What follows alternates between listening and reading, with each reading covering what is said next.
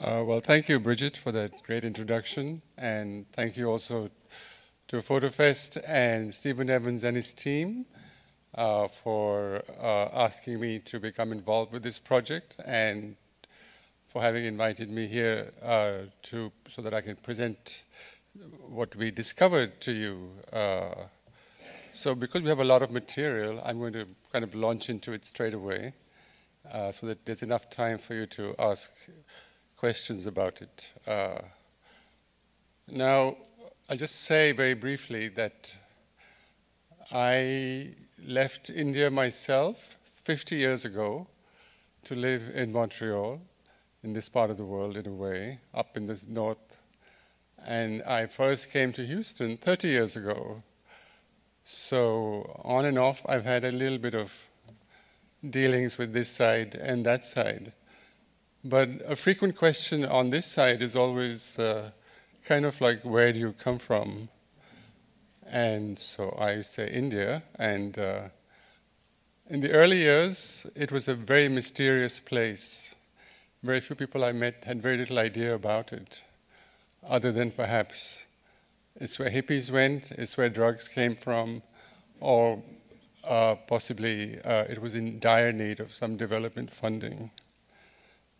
So it's been a kind of lifelong, if you like, a passion and interest to bring India, to make it more accessible, to bring it out in the world, and especially in this field, my field of photography.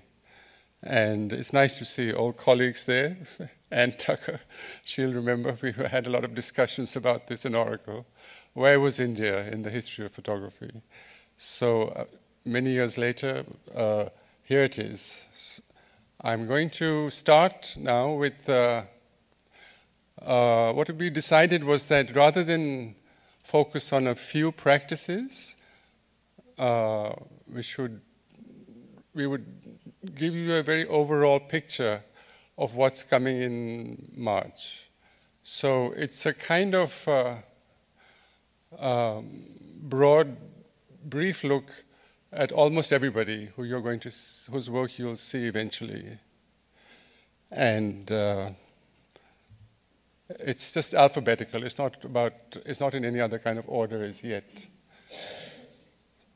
So I wanted to start, luckily we're starting here. So this is a fantastic place for me because we're starting with a queer image. This is a series of pictures of drag kings. It's by a young photographer based in Bangalore. And it's very symbolic of what's happened in India. You know, 15 years ago, you couldn't mention the word lesbian and gay. It was illegal. It's still illegal. But a big change has happened. People are mentioning it. People are making work. Young people like this photographer are impatient to have rights and to be able to represent themselves. So this series of drag kings are actually very located in the culture as well. These are characters that come out of South Indian popular culture. So moving on, this is Pablo Bartholomew. By the way, the work we decided would be contemporary, so most of it, all of it's post-2000, except a handful of these pictures. Pablo Bartholomew is a very well-known Indian photojournalist, and he's been documenting the Indian diaspora.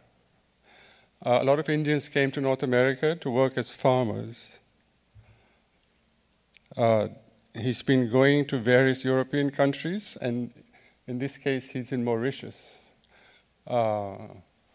Mauritius, like the Caribbean and like Fiji in the Pacific, was where Indian indentured labor was taken by the British to work sugarcane.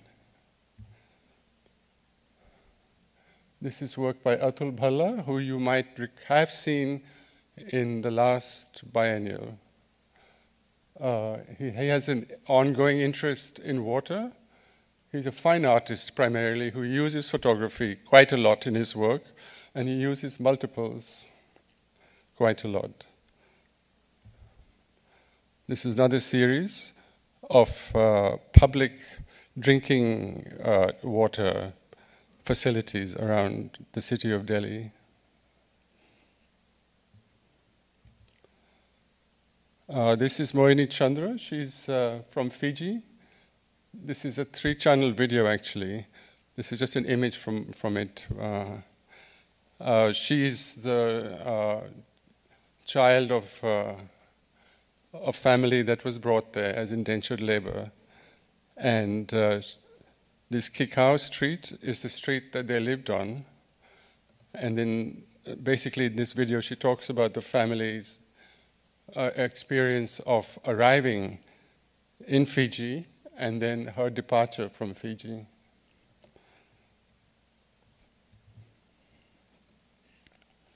Shilpa Chachi is an artist who I've worked with for a very long time as a curator. She was in my original exhibition called An Economy of Science in 1990 at the Photographers Gallery in London, which was about India by Indians, also a bit like this, except there were only 8 of them. But back in 1990, people didn't think there was any such thing as an Indian photographer.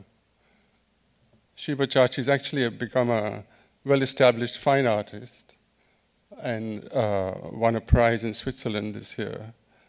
This is an installation that's 26 foot tall, and it involves strips of film or celluloid that rotate. And we'll have another piece by her, which is quite fabulous. This is again a mobile. So it's a moving. It's like layers of image that move. And what it, as the caption says, it's 70 different words for water in Sanskrit. And that's her, actually. It's a self-portrait of her from the back.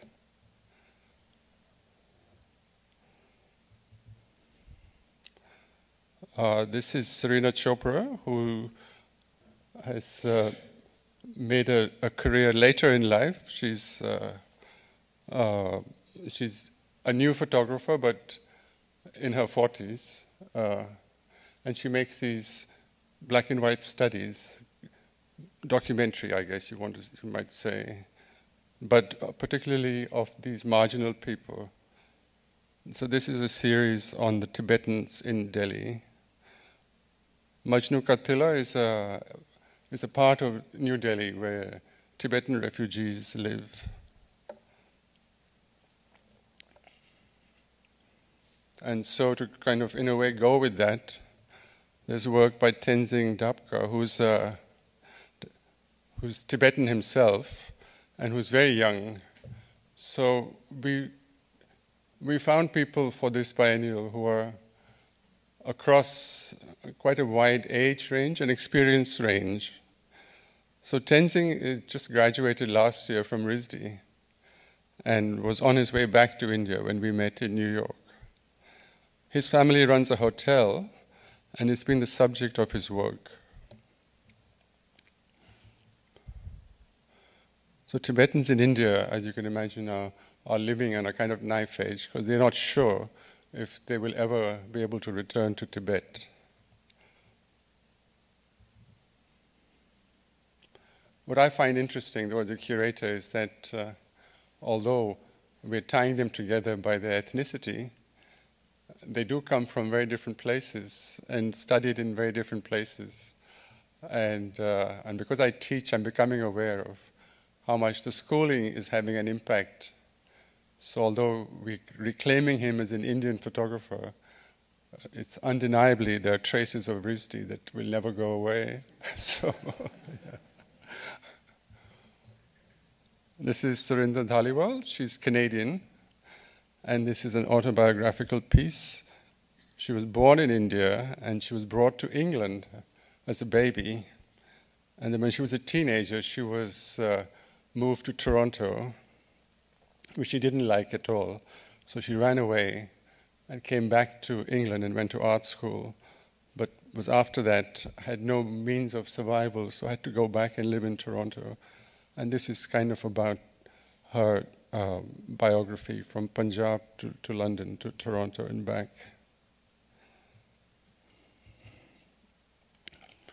So this is Anita Dubey, who's now a very well-known Indian fine artist, who's also going to be the curator of the next Kochi Biennial. This is a much earlier work of hers from 2004, where she's also in drag as a fictional character. And this fictional character is a Muslim young man, and in 2004 he's talking back to the growing fascism and the right-wing Hindu state that's developing around him. India, for many of us, was a secular country, and he talks about his anxieties as to what's happening to his society. It's a 15-minute impromptu monologue to camera. And then there's another series by her, which are all still lives of her home in Delhi. The I-32 Tower is her address. She's a sculptor, actually, by training. We're also hoping to have this body of work. It's Jannat by Gauri Gill, who you may have heard of. She's been shown a bit now on the East Coast. This particular series of work is about this young woman. She's lived in Rajasthan. Gauri has made Rajasthan a focal region for her work, and she was concentrating on young women in that region. And unfortunately, this young woman died as a teenager. So she dedicated a project. She edited out about 50 pictures, and they've made a series that we're going to show here. And it's both the photographs of this young girl's life, and it's also an exchange of postcards and notes to each other. Chandan Gomes is a very young photographer also. He comes from a very particular low-income background in New Delhi, but because he was Catholic, he was able to attend private Catholic schools and a college, and so there was a kind of split between his daily life at school and his home life. And he talks in this project about how it took him a long time to reconcile his very humble home with the kind of privileged school that he was going to. And so this body of work, he's photographed his home in an effort to try to come to terms with it. The Christians are one of the minorities of India.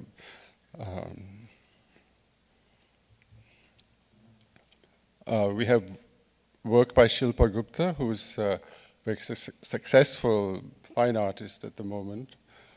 She works normally with new media and technology, but sometimes with photography as well.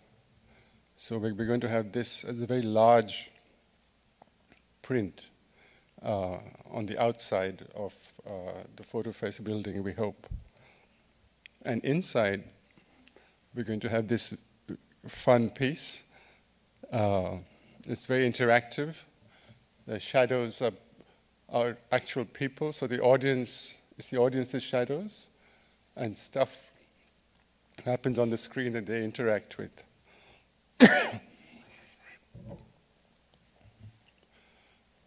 There's another Gupta. I'm sorry, I haven't filled it with Guptas because I'm a Gupta, but there's just quite a lot of we are a very popular caste, actually. It's the most populous caste in India.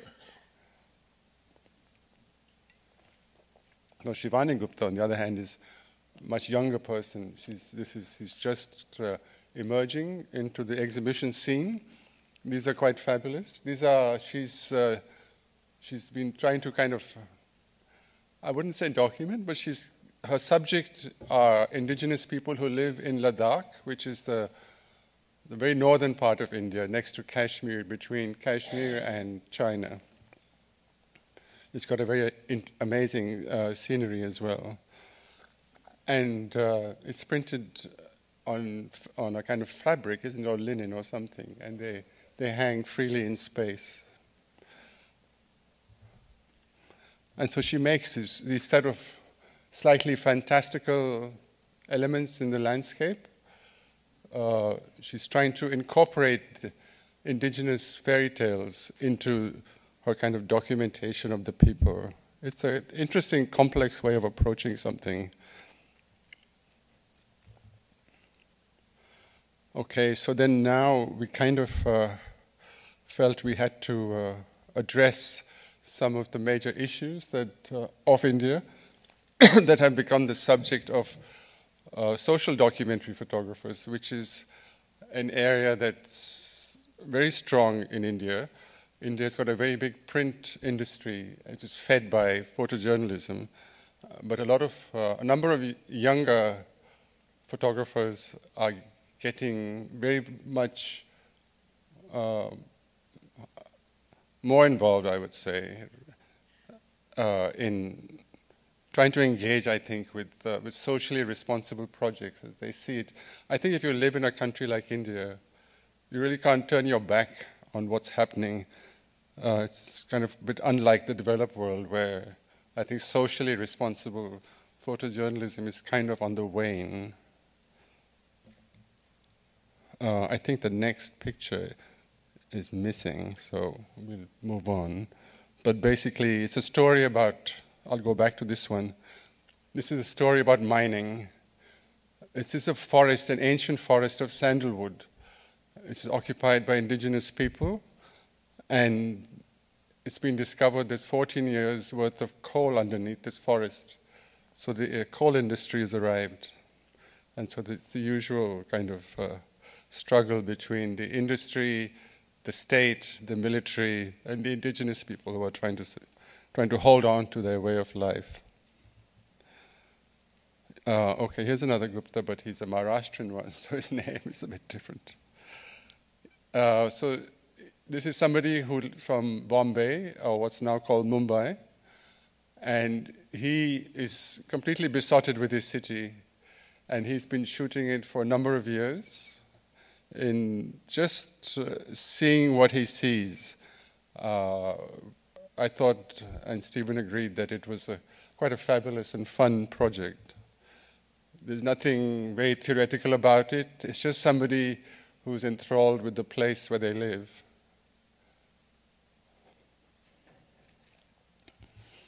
This, on the other hand, is much more theoretical.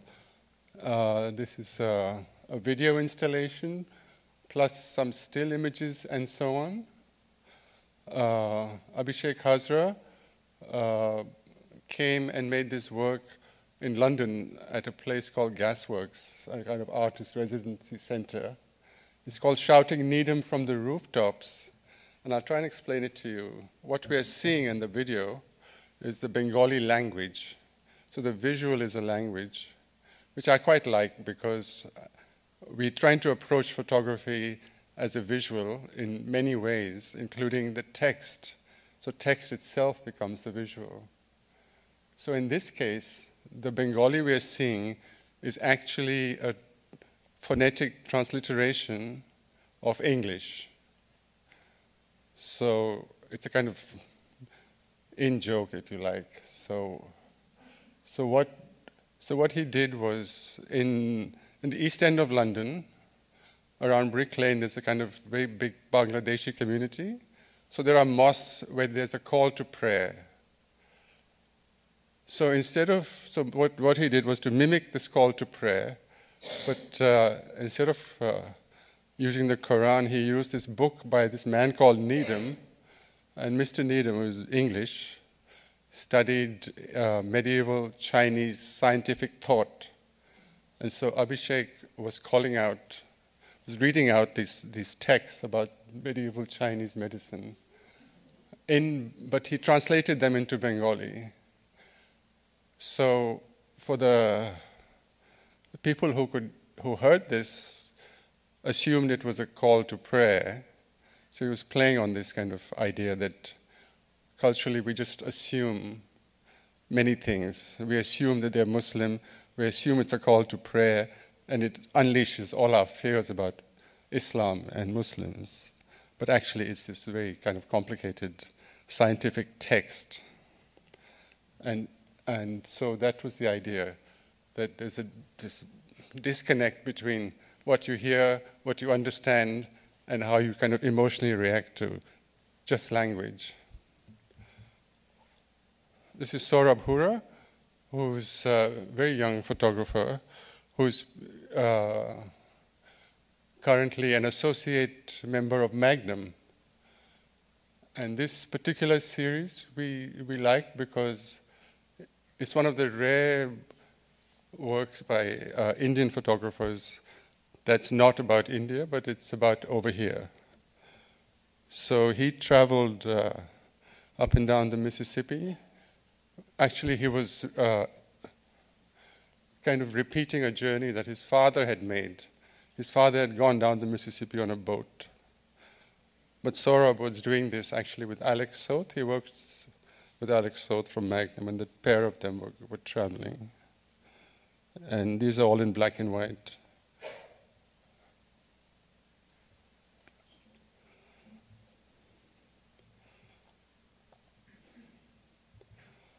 So meanwhile, back in India itself is this young man, Manoj Kumar Jain. He's been also photographing the indigenous people of central India who are equally locked in some kind of struggle for survival. But what he's done is to take these very rather beautiful, studied, almost fashion-like pictures of them. And of course the lifestyle. I think it's quite a spectacular set of pictures also, this one. He's not as successful on the global stage, I think partly because he doesn't speak English. And that's one of the tragedies of India, is that it's still divided by many things, and it's still divided by those who can and those who cannot speak English. This is this very interesting work by Jitish Kalat called Covering Letter. Covering letter refers to the letter that was written by Gandhi to Hitler before the outbreak of the Second World War, in which Gandhi is imploring Hitler, please do not start a war. So this is an actual historical document. And this is, in fact, it's a moving thing, so I have to show you the video.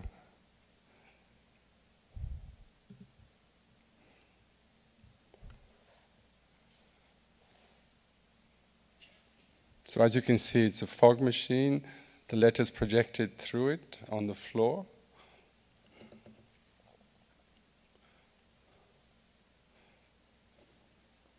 And it's quite interactive. People like to get very engaged with it. You can walk through it and do kind of fun things with it. Roshni Kempadu, she's Guyanese, Trinidadian, British, and also has a background of indentured labor in her family. So she's been back and forth, and she's been back to photograph plantations in Trinidad and Guyana with the ghosts of the people who were brought there.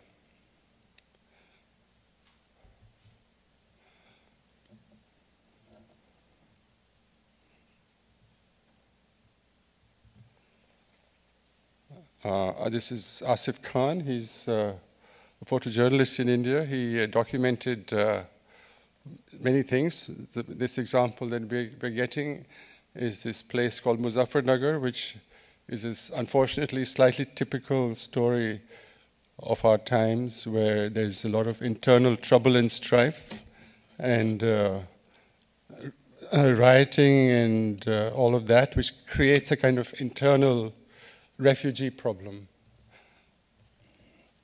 and that people get displaced, and then they feel too frightened to go back home, and then these refugee camps become more permanent structurally.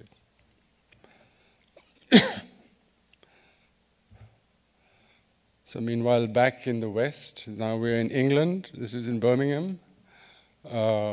you might have heard we've had the Brexit business in Britain, and what it's done is to unleash again a new wave of a kind of fascism. I don't know what else to call it, but so the Brits want to also go back to the time when they were great, presumably to the days of empire. So what's happened is the streets have become unsafe for people of color. So something we hadn't seen since the 1970s. There's a return of white kids attacking people and abusing them. So this particular photographer has photographed a number of Indian young people who've been abused on the streets just in this past year. And the popular kind of abuse is "you fucking packy."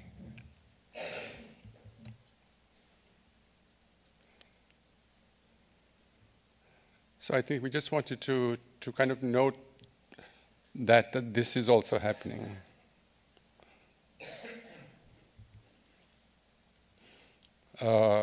This is another project that's trying to document the communal problems of India. This is in Kashmir, where, depending on your point of view, there's a kind of very problematic presence of the Indian military, much resisted by the locals. The locals have taken to stoning the military. The military has responded by shooting pellets at them. And so this is a photographic series of evidence. There's a whole set of portraits of the people who've been shot, accompanied by X-rays, which show where the pellets are, because these shotgun pellets can't be removed. So the people have to learn to live with them, embedded inside their bodies.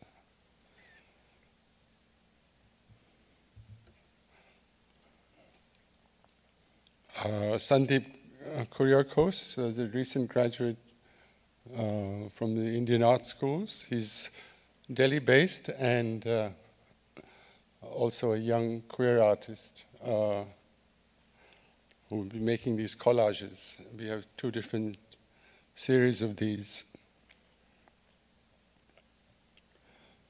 So it's coming from a whole layering thing. So this is a physical set that's made and then photographed. This is a virtual layering, so this is then printed as a screen print. Dhruv Malhotra is also a young photographer who was able to come and study at ICP and then is back in India. And he made this series about all shot at night in a newish kind of suburb of Delhi called Noida.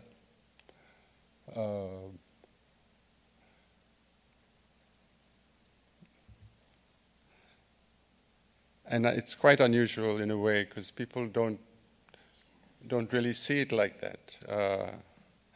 The night in India is very different from the day. It doesn't have that bustling scene.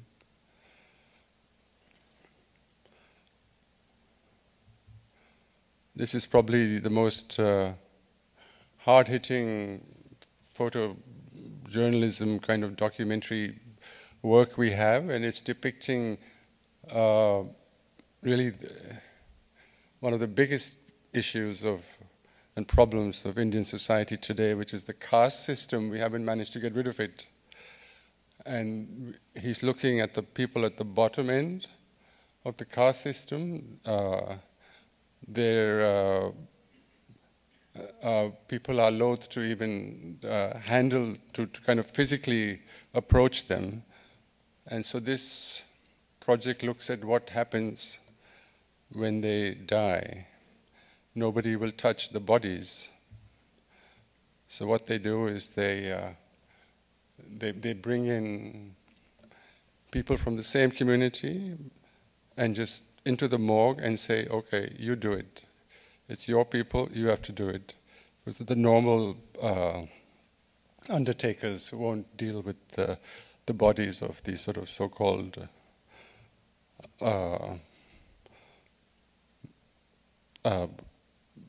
this particular caste of people.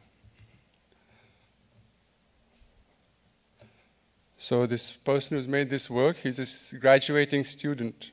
So he's very young, and I think when you're very young, you're really outraged, and he's able to go right to the heart of the matter, completely unflinching. He just looks at it, straight at it. That's a really powerful set of pictures. And I've not seen anything like this by anybody older. So this is somebody who you might know, because I think she's had some work here before. Anu Matthews is an American Indian, or an Indian American, and she's made this work, of course, about being Indian American. And it's this play. She's remade herself in the style of classic pictures of American Indians.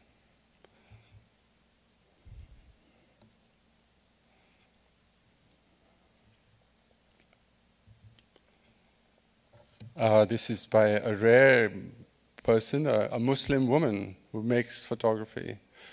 There were not many of those, although we have tried to be very diverse in our selection, but you'd be hard-pressed to find Muslim women in India making photography. So Usma is very interested in alternative practices and in trying to adapt new ideas about technology and using old technologies to actually fabricate the work. So here she's taking the idea in this image. She's made an analog version of likes on Facebook. So she's put her picture up, and you can stamp a like on it. Similarly here as well. It's a kind of, she makes these portraits that are 1-minute exposures, so there's in this sort of analog way, and then she puts on it all these symbols that are coming out of current new technology.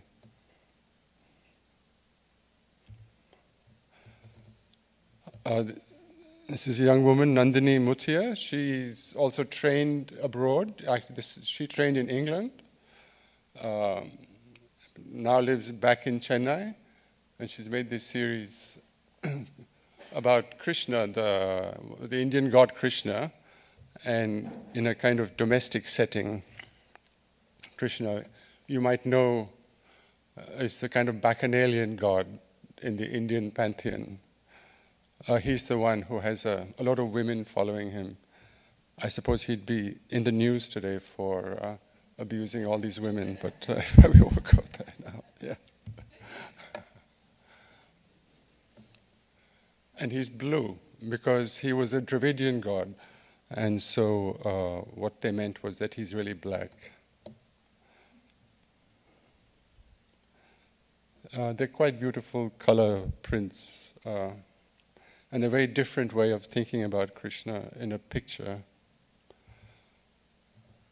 Pushpamala is also in South India, in Bangalore. She's older and has a longish history of making photographic self-portraits as various kind of female characters from Indian folklore, from Indian anthropology, and from Bollywood.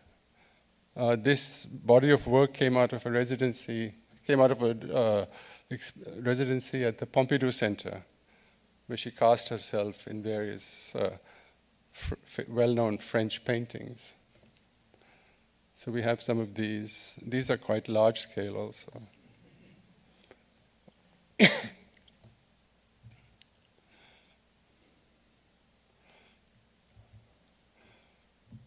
And Dilip Prakash is somebody I met in India who's, again, very unprepossessing, not somebody who foreign curators really seem to meet, I think, because of he's maybe socially living in a kind of too Indian a way. So he's made a couple of series that we're going to have.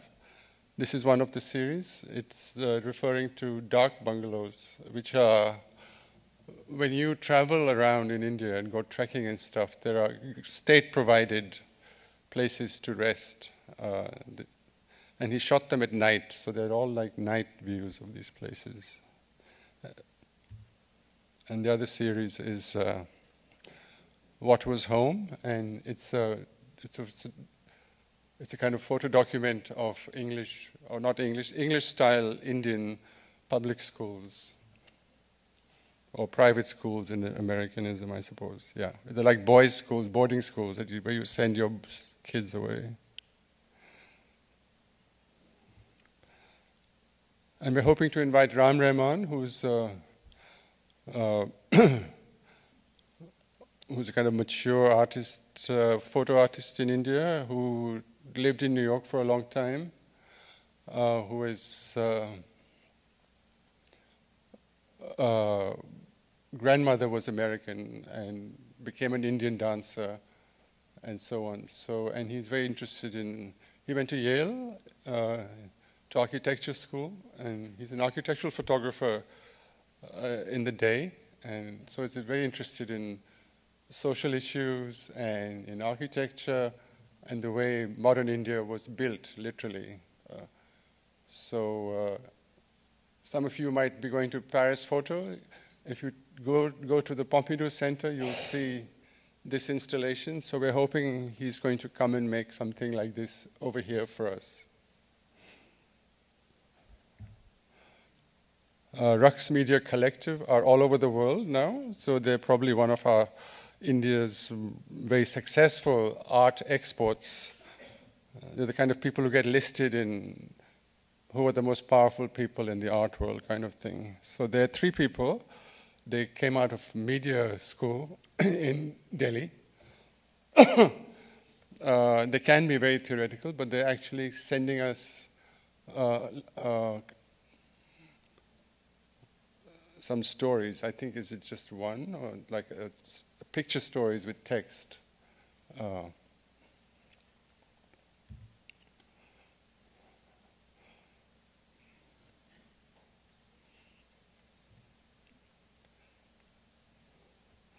And then we're going to Anup Ray. He's very young. There's a bunch of very youngish, kind of in their 20s, photographers who hang out together. They appeal to me because, and again, Stephen sort of backed it up, that they're a kind of little scene unto themselves. You know, we're talking about a place that doesn't have photo schools, where it's hard to get involved with photography, or if it's easy, you might become a commercial photographer, but it's hard to do your own kind of practice. And yet there are these pockets of people who manage to get very involved with it, and who've also loosened up what you can take pictures of, because when I first went to research in India, there was very generic kind of works being made, usually to do with landscapes and portraits and stuff like that. But here, they're into photographing each other. And so they're quite fluid, you know, gender fluid and everything. And they're quite willing to expose it to everyone. It's another new development through photography. I find in India that despite the kind of conservative leanings of the state and everything at the moment, and the terrible laws, that the young people somehow just finding a way through it. Mickey Roy, on the other hand, who's a friend of these people and their age, has a very unique background, though. He's one of India's railway children. India's railway stations are full of young kids who run away, and he was one of those. And he was taken into a kind of orphanage situation, and also a schooling situation, and so they offered them various trades, and Vicky was sent off to assist a commercial photographer, and he took to it. And so he's become a photographer, and one of his earliest kind of projects was to document other railway street children like himself. So we're going to show that body of work. It's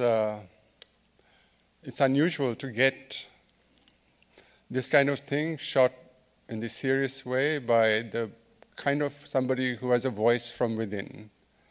Photography is much and probably justifiably maligned because it's often shot by professionals from outside. And how do you give voice to the people inside who are the subjects and never able to speak?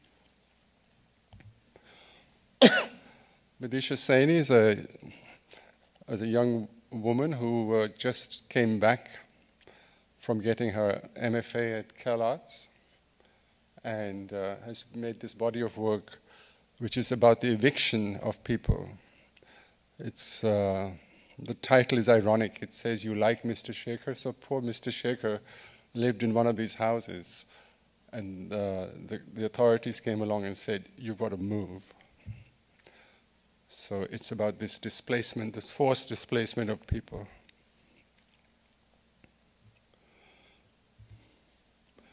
Sticking with houses, this person, Hemant Sareen,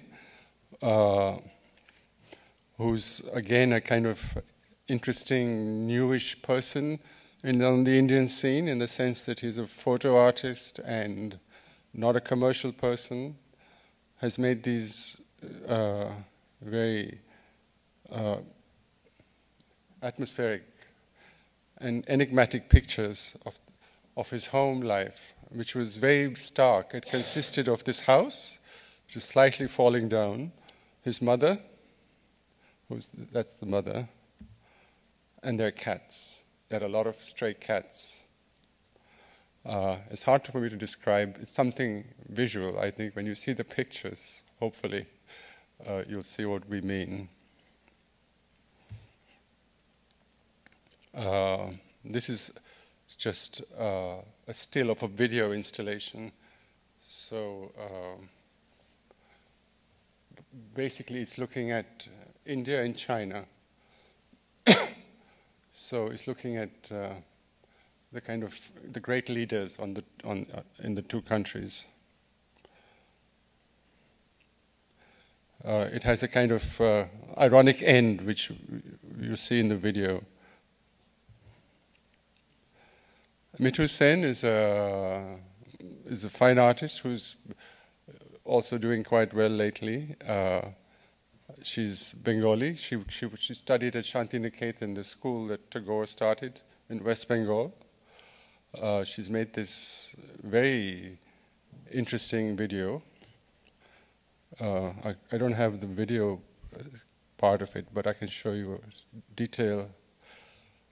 It's called "I Have Only One Language, It Is Not Mine." And she has gone to a home, a kind of residential home for women who, and she shot them. They're not really confined there, but it's kind of, it's a kind of rehab place, so they're not altogether well. But she's filmed them, and then she's altered the footage in this way, so it becomes sort of like almost like colored line drawing. But it's very interesting to see. This is Rishi Singhal, who also trained in this part of the world. He's a product of the course in Syracuse and a product of light work. He's now back in India, and it's a large format color documentation of the Ganges from its source down through the plains and out to the sea. So it's very classic 5/4 color, but he has the eye, so to speak, we thought. And also to show that people are still doing this. And like here, many people in photography there are turning back to analog and to film. Ishan Thankar is a young man who spent a lot of time with the so-called, not so-called, but the Maoists.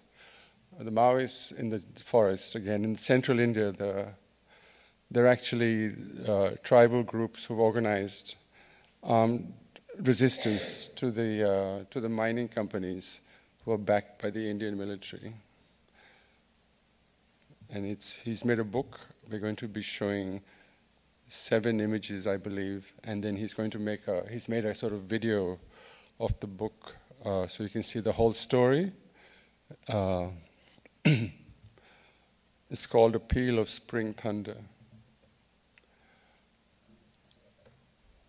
So nearly everywhere in India there seems to be trouble and strife as well, and the photographers aren't shying away from it. One of the things that draws me to India, and I feel very attached to it myself, is that it is a place where, despite our great government and our great leaders, you are able to say something.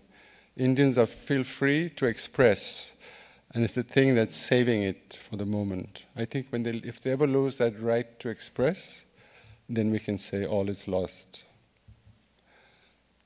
So I'm going to end again on another woman, Anusha Yadav. She's based in Bombay. She's made this quite fun series of herself impersonating various female characters, some very domestic. So this is our last picture. This is her paternal grandmother. And so I just want to bring it back through the women to highlight the feudal kind of patriarchy that runs rife in India still, and how the paternal grandmothers collude in this and perpetuate the kind of oppression of women in India. So I'm going to end like that.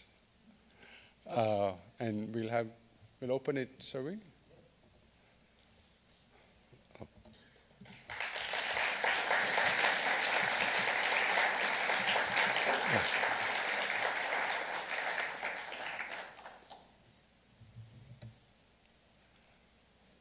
Oh, yeah, Anne. Are there geographic tendencies in photography is different in Mumbai than in Delhi, than in the eastern areas or down south? I mean, or is it school related, or how does that component sort out? Okay, I think it's not school-related yet because there are no schools. There's only one school. And the school is in Gujarat at NID. But it's, I think because, photography's followed the money, and the money's been in Bombay and more in Delhi now. So the industry's there. So although there are no schools, it's a huge industrial output of photography. India has print publications in many languages, servicing 1 billion people. There's a lot of print. There's a lot of photographs being made. But very little of it is kind of discussed or talked about in the way that we would be used to. So there's film education and film studies in Bombay and also in Delhi and in some of the universities. But I think if we're going to have a distinction, then we can say that, this is just my personal feeling from looking at it, is that the South Indians are closer to a more classical Indian culture, and I feel more able to make visual work that connects to that India's big tradition of depicting the gods and goddesses and all of that. And North Indians, Delhi and Bombay, and especially Bombay, are very westward looking. And so their work tends to be more urbane and more kind of, I guess, either very fine art in that kind of contemporary way, so not ethnically Indian looking, so to speak. That's the word I'm trying to find. But I think a bit like this country, practitioners, wherever they start, end up kind of migrating to metropolitan centers. And there are the 4 regional ones, although Calcutta's lost a lot of its clout, so people tend to go to either Bombay or Delhi. So it does make it a little problematic. So we wanted to survey widely, but if we go to a regional center, people say, well, there's so-and-so and so-and-so, but actually they're living in Bombay. It's like here with New York, it's like the coastal thing or something. So the power, and certainly the power of the art world is in the big metros, and I guess people want to be close to them. But India is not like China, where they've started a lot of schools and all that. What we have started in India are a lot of photo festivals. So they're happening. But they're being curated in a very strange, not strange, but in a kind of in the new kind of internet way. So, you know, by calls, and people send them JPEGs, and then they print them there, and they're selected by juries. And I think Yasu from here has just been in India on a jury, like one of those. I met him, he was in or out of there. So there's that kind of thing happening. There's not a lot happening. I'm very old school, as you know, so this is my second big effort on India, and all the curating I've ever done, you know, it's from scratch. We met at least 3 times as many as the people here in person. We sat in each of the cities and had appointments from morning till night. I mean, I find I have to meet the people to try to figure out what the practice is. I can't do it just from having JPEGs sent to me. But I think people are short of money and time or something.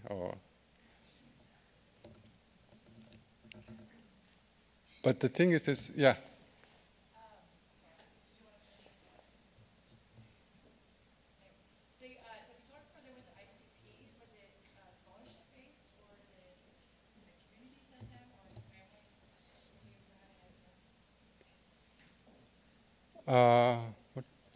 I missed the second half of the question. She asked if the photographer that led the ICP, how that happened. Was that photographer sent by their family, or was it a scholarship? It was a scholarship. It's one of Devika's. There's a few fellowships now in India, fortunately. There's even now, I think, at least maybe 3 or 4 book publishing grants, photo book publishing grants being given locally. So there's an interesting group in Bombay that's a photo book collective that has events around photography books and self-publishing. Mickey Roy, the young kids that we talked about who are in Delhi, they started a mobile library of photography books, because in India, accessing photography books is a problem. So many older people who have the books have been giving it to them, and then they hold, on a weekend they'll suddenly appear somewhere and announce that there's a photo book library, come and have a look at the books, kind of thing. So there's sort of little initiatives like that, yeah.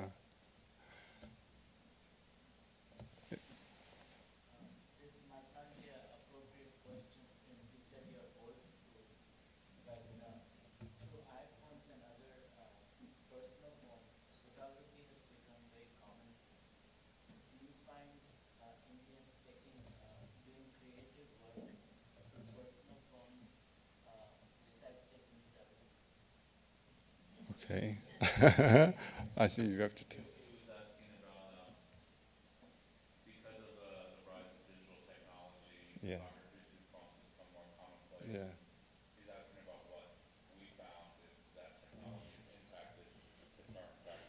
Oh yeah, well we saw an example of it with Uzma Mohsin's work, where she's taken iPhone technology, but she's using it in a very analog way. So they're kind of playing with it in that way, but the point you make is quite valid in a general way to the culture, because I always, I understand that India missed the laptop revolution, so when all you guys had a laptop, they missed that. Couldn't afford it. But what they do have now are mobile phones, and the numbers are staggering. 800 million Indians have a mobile phone, and they're taking snaps with them and posting, sending them to each other and posting on Instagram. So for sheer volume, they'll beat the hell out of you in terms of picture production. So I wouldn't go there if I want. You can't compete. I was in a jury. Can I tell a little anecdote? Sorry. Okay, so I was in a jury in Toronto at the AGO. They have these photo prizes. They give $50,000 every year, and it's by public vote, and it's on the internet. So they have 4 photographers up every year and invite people to vote for the ones that they like. Well, the year they had the Indians there, we won hands down because, we have armies of people who go vote, vote, vote, vote. It was won by Gauri Gill that year, I'm happy to say. She got the 50,000. I didn't get anything from her. I should have asked her for a cut. But it's a bit like the gay thing. I'm sorry, being gay is my other passion. So the Indians missed, gay liberation didn't happen. They completely missed India. They never heard of it. They didn't want to talk about it anyway. But suddenly now, they're all queer. Queer is really big and in, and they're all gender fluid and queer. That's absolutely fine. But they just missed the whole gay thing, So but they're catching up on all the rest of it now.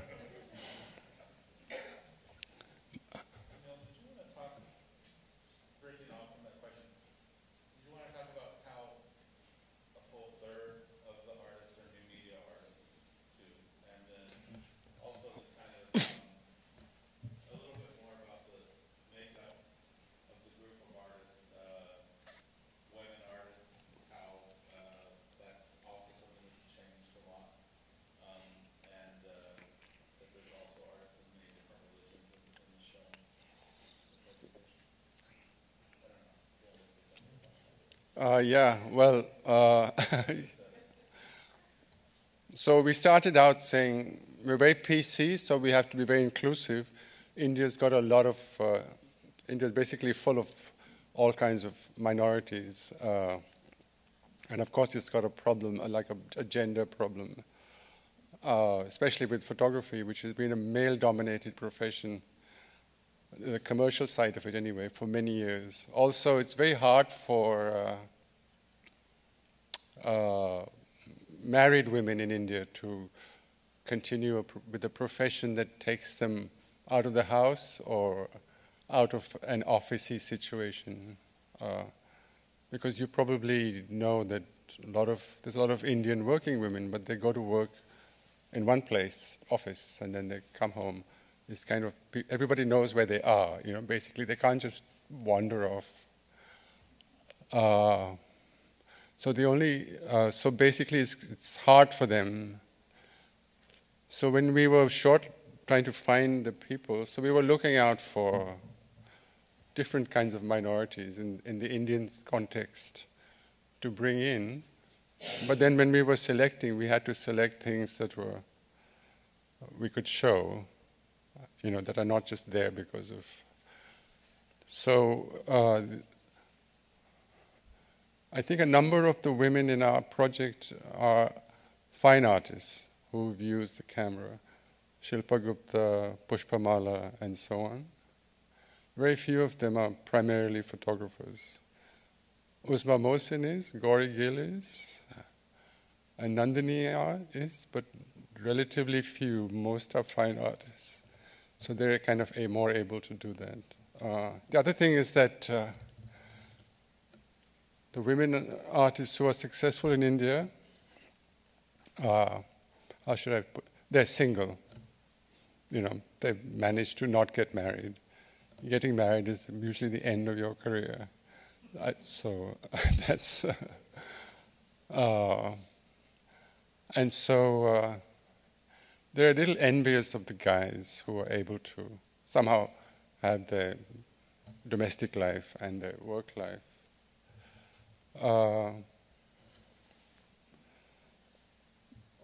And I think our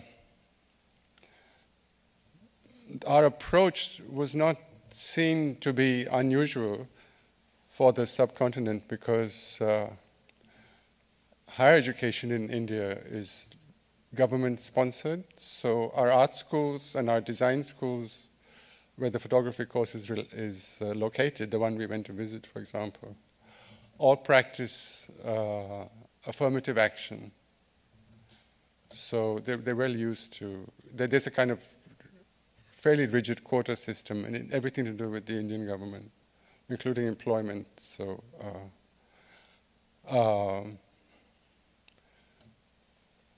except for these Guptas who kind of appear everywhere. So they're kind of a dominating, abusive, mercantile class of people who've come to the fore now. So yeah, sad to say. They are my cousins, but yeah, I know what they basically make money. Yeah. Sunil, maybe it may be too early to ask this, since you gave us an alphabetical Yeah. of the artists, but I'm wondering how you and Stephen imagine structuring the show, whether you've sort of figured out how it all comes together in groupings of certain issues or modes of practice. I think we've thought about grouping it either through similarity of practices. So there's this kind of kinship between the younger lot and like the older fine artists have a more established practice and kind of are almost standalone in a way. So we were actually did a walkthrough of the space. Part of the problem was that I had to, I have been here before, but I didn't look at it with that kind of eye. Today is the first time I looked at what the space is, and so we were discussing where things might go. I don't think...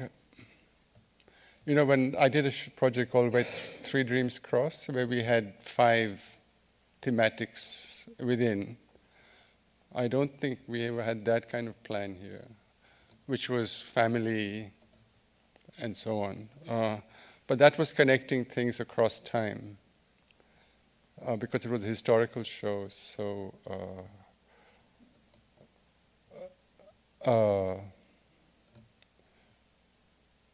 I think the larger point that we might want to make is that India as a society has radically changed since 1994. Therefore, we're looking at post-2000. We're looking at the consequences of economic liberalization. We have a very young demographic. The average Indian is in his 20s. The average, this young urban Indian, not the rural ones, has money in his pocket, and commerce has come forward to help him spend it. So suddenly, metropolitan centers in India are awash with Starbucks, bars, shops to, global shopping kind of things. So, and the kids seem to change jobs every other year, so there's obviously they're not unemployed, or they're not afraid of being unemployed like the West. And when it comes to social justice and rights, they're very impatient also, They want those rights soon. They don't want to wait, and they don't want to compromise like, say, maybe my generation did. So what's going to happen? I think there's an interesting thing we could explore with the family. There's when you in the larger bodies of work, there is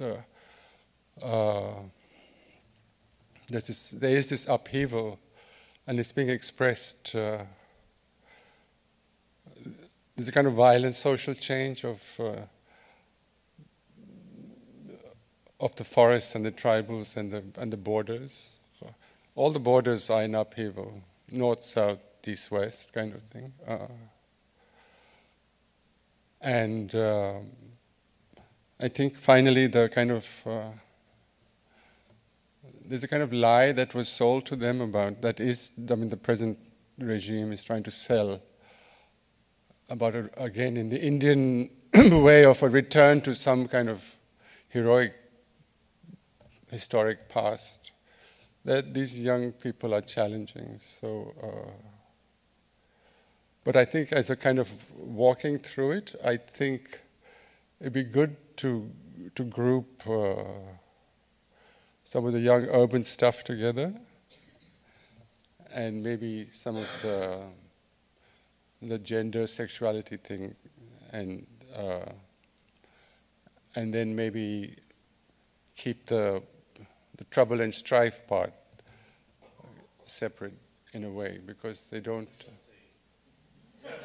early to ask. Something you said yesterday. We should go to dinner and then we figure it out. So. Something you said yesterday I thought was really interesting, where you were talking about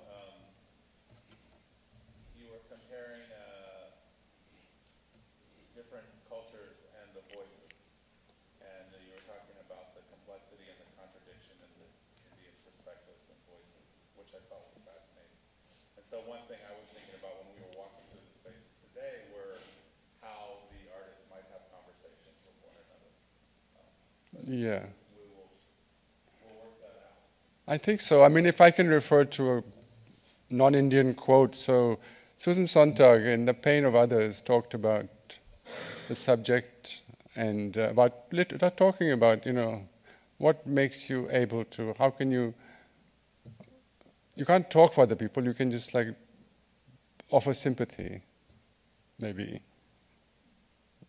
But you certainly can't speak in their voice, and that's what has happened in many instances that one is aware of. I mean, for example, with, say, take AIDS, this global thing, and the way it played out with NGOs. And in India, it played out in this terrible way, where the actual suffering street queens were spoken for by AIDS NGOs who were paid a lot of money in salary, but the people affected were just data, and they just lived and died, and nobody really did very much about their lives in actual fact. So in that way, you know what I mean? So I think these younger ones are more aware of, whereas someone like Pablo, who's the prominent photojournalist, he works in a more, if you like, Western, more old-fashioned way, in the sense that he gets assignments. So, he goes to California to shoot Indian farmers, or to the people working with or against Cesar Chavez and all of that back in the 90s, and then does something similar more recently in Mauritius, in Portugal, in Leicester, in England, with displaced Indians from Africa. But he might be Indian, but he's equally a kind of outsider. It may as well be anybody, but what he brings is his skill and the kind of picture making that he does. And he's a typical professional photojournalist, kind of outsider himself, actually. He's an interesting character. I mean, a lot of these people are interesting characters.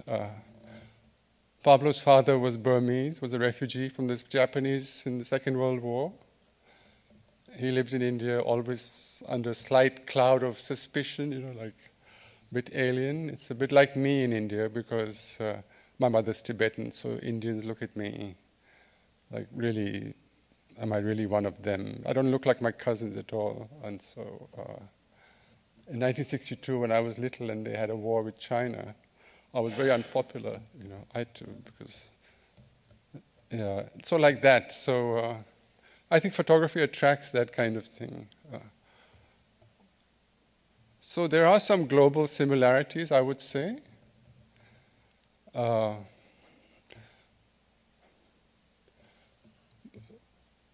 And the thing about not having, I mean, I'm trying to see a benefit in not having a photography history, which they don't have. So they're desperately trying to, now with the internet, they can see a lot of things and kind of teach themselves or something. But so they're making pictures, you see, without this, the weight and or the baggage, if you like, of Edward Western, etc., to live up to, because they don't have anything like that. They can do whatever, you know, which they do, and so then they borrow and steal from everywhere and come up with a kind of hybrid, as you can see. There's no. So I guess in a way to go back to the question, there's no developed schools of thought to organize the show into because they're not there as yet. 5 years ago when I did the other project, when people asked me what's Indian photography, I said there's no such thing yet because they haven't worked it out. It's going to take some time. There's Indian art, and that's based on long traditions, but there's no similar, even 100, although there is 100 years of photography in India, it's not in this kind of studied way. There haven't been people like you guys studying and writing it. There are no books on it or anything. There's like 2 books. We were trying to think, where are the books? I mean, where are the kind of critical books? There's plenty of coffee table picture books, but no critique. There's no proper publications.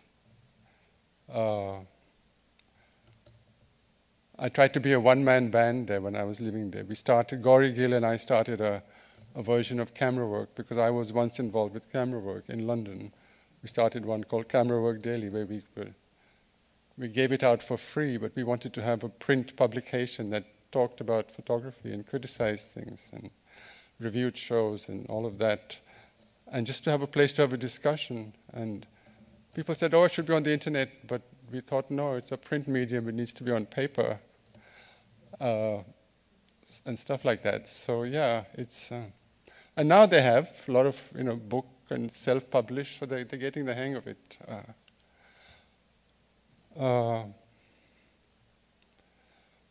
But I'm sure it's going to certainly arrive there because it's a very popular thing to do, pictures. And throughout the time the great history of photographies were being made, photography was very expensive, so they couldn't afford it.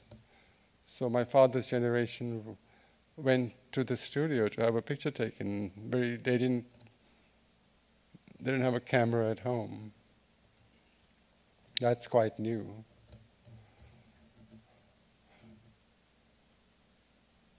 But visual culture comes from cinema in India. I grew up like that. So I grew up with big blockbuster song and dance, colorful melodramas. It's probably why I'm gay now. But anyway, that's...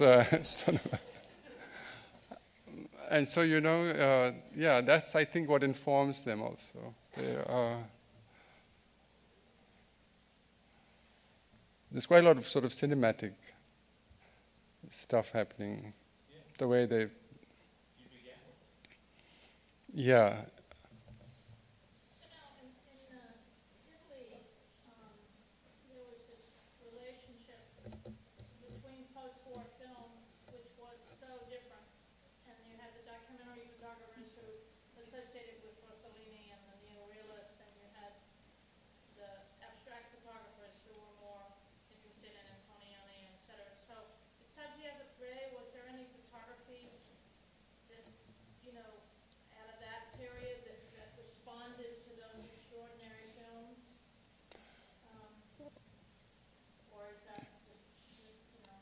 No, there was, but the thing is, it's only now being researched.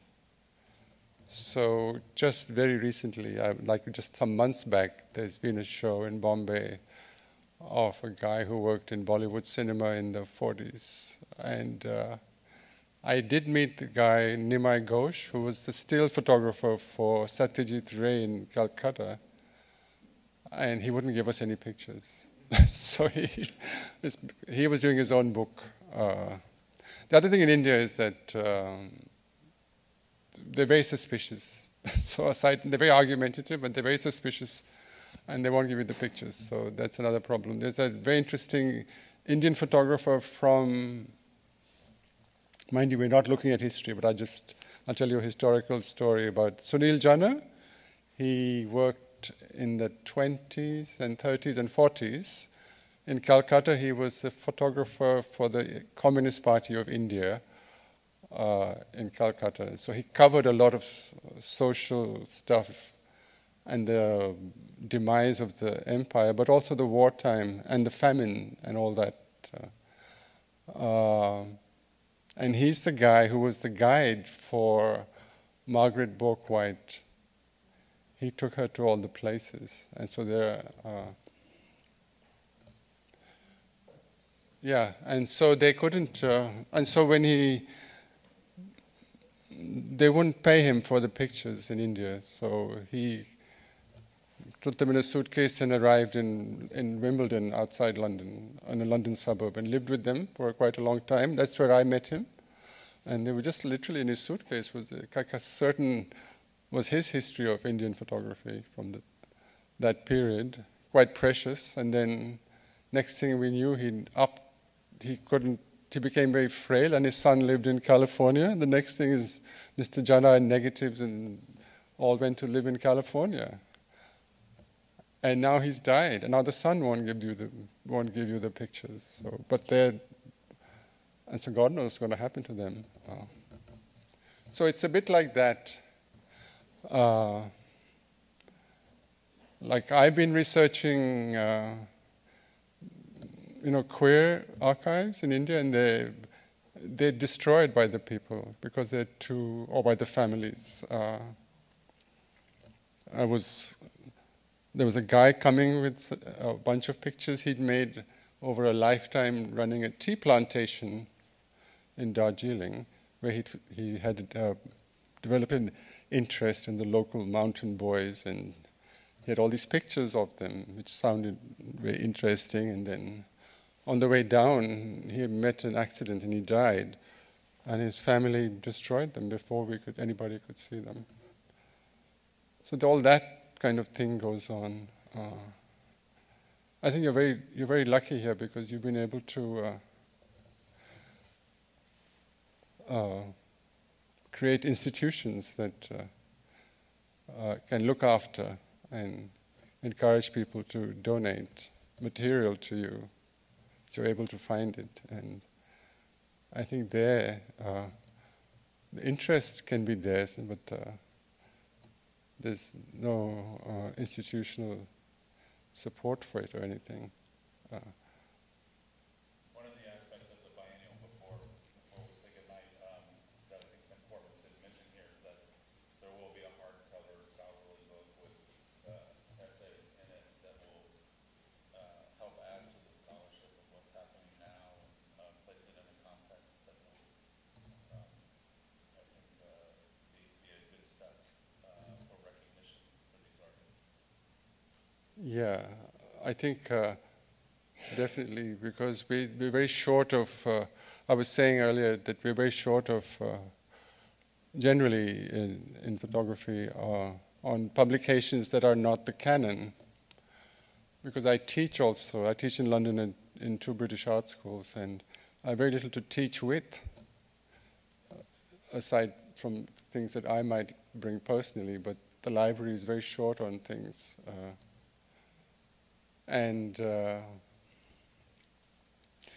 So British photography has become bloody Martin Parr, And we're thinking, why is it Martin Parr yet again? Another straight white guy, he just opened a foundation for God's sake, and And there's so many other things happening, but it's like they're just very content to have this one person. And everywhere you go, he's there. It's just a nightmare. What about me? You know, so yeah.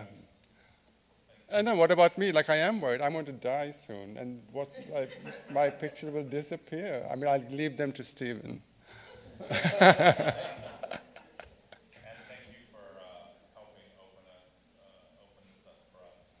Okay, well, thank you very much. I think it's...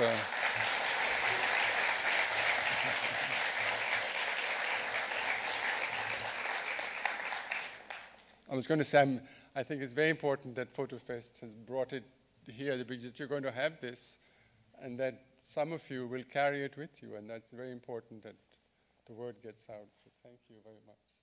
Okay.